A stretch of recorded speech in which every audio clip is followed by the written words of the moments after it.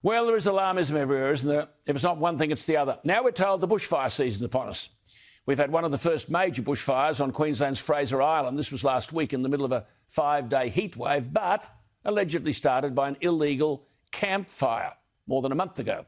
It burnt through about 40 kilometres of inaccessible terrain, thick bushland surrounded by sand, making it difficult to contain. However, the Bureau of Meteorology has said that the La Nina season will bring above average rainfall with a risk not of fire, but of flooding.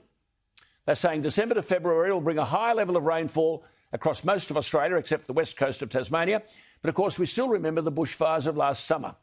In the wake of the bushfires, we've got people like Malcolm Turnbull saying on the ABC recently that they were horrific. It was climate change. And then he told a lie when he said the News Corp attributed them to arsonists, and he called them unprecedented. I can only say that is rubbish. Put it down to ignorance and an ideological illness rather than dishonesty. It may be the latter, mind you. The president of the Copenhagen Consensus Centre, Dr. Bjorn Lomborg, is regarded as a world authority on climate change. Earlier this year, at the height of the bushfires, he made some significant points. In 1900, now remember, we were told last summer was unprecedented. In 1900, 11% of Australia burnt annually in bushfires. The figure today is about 5%. As Dr. Lomborg has written, internationally, the global burnt area has shrunk by more than a third. And all of this has been recorded by NASA satellites, which indicate the amount of Australian land affected by bushfires declined by 1/3 between 1997 and 2018. And Dr. Lomborg said in February, the fire season last summer saw less area burnt than in previous years. Up to January 26, the bushfire crisis had affected 19.4 million hectares. Seasonal burns recorded by satellites over earlier similar time frames show an average of not 19 million hectares burnt, but 37 million hectares ravaged by bushfires. And Dr. Lomborg says the argument that last summer's fires were unprecedented in scale is simply wrong. 2.5% of Australia burnt, compared with an average of 4.8% over the previous decade. But it won't stop the alarmists. Dr. Jennifer Marohasy is an Australian biologist. She's a senior fellow at the Institute of Public Affairs and a former director of the Australian Environment Foundation. She's got a PhD from Queensland University. Now, if you want to know about climate change and bushfires, she has a magnificent book, Climate Change, The Facts, 2020. Dr. Marohasy joins us. Jennifer, lovely to talk to you. Well, to not downplay the severity of the bushfires last summer, but they weren't unprecedented, were they?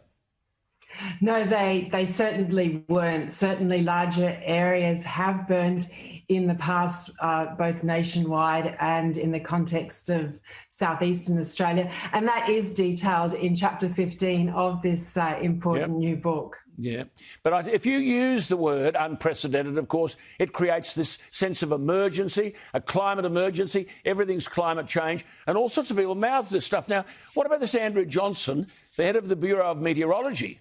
And he said earlier this year there is no doubt that climate change was having an impact on the bushfire season. He said there was a long-term decline in rainfall, but the Bureau's own website refutes all that. That's correct. So in this book, I explain in chapter 15, and I show the raw data. So if you start in 1974 or 1956, they were very wet years, and you go to the present, it would appear that rainfall is declining. But if you go back to the beginning of the record, the Bureau's record, 1900, we've actually got an increase in rainfall over that period. So it's quite, it's Jennifer, totally misleading. Jennifer, it's easy to say, sorry to interrupt, it's easy to say unprecedented because that's when you want to frighten people. I mean, we've had ferocious fires since the 19th century. Now, you can't have a fire without fuel. Indigenous Australians knew how to control bushfires. They didn't allow the fuel to accumulate on the forest floor, did they? That's correct. I actually grew up on a cattle station in the Northern Territory, and my Indigenous friends would say that a wilderness is not a cause for fond nostalgia. It's a land without custodians. The first Australians, Aborigines, they know that it is important to manage the land, that how you manage it will depend on the incident of bushfires. So Bushfires are affected by temperature, but there's nothing unusual about the current rate or magnitude of temperature change. The climate's always changing. There's no decrease in rainfall. There's nothing unusual about recent droughts. Yep. And when it comes to fuel loads, there is more leaf litter on the floor in our eucalypt forests.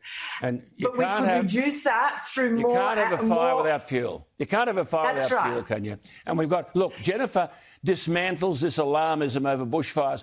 Congratulations, it's an outstanding book. It's Climate Change, The Facts 2020. And as you've just heard us say, there's a chapter on wildfires in Australia, 1851 to 2020. Now, the book is available. Climate Change, The Facts.org.au. Jennifer, thank you for your time. Lovely to talk to you, and thank you for the wonderful work you do.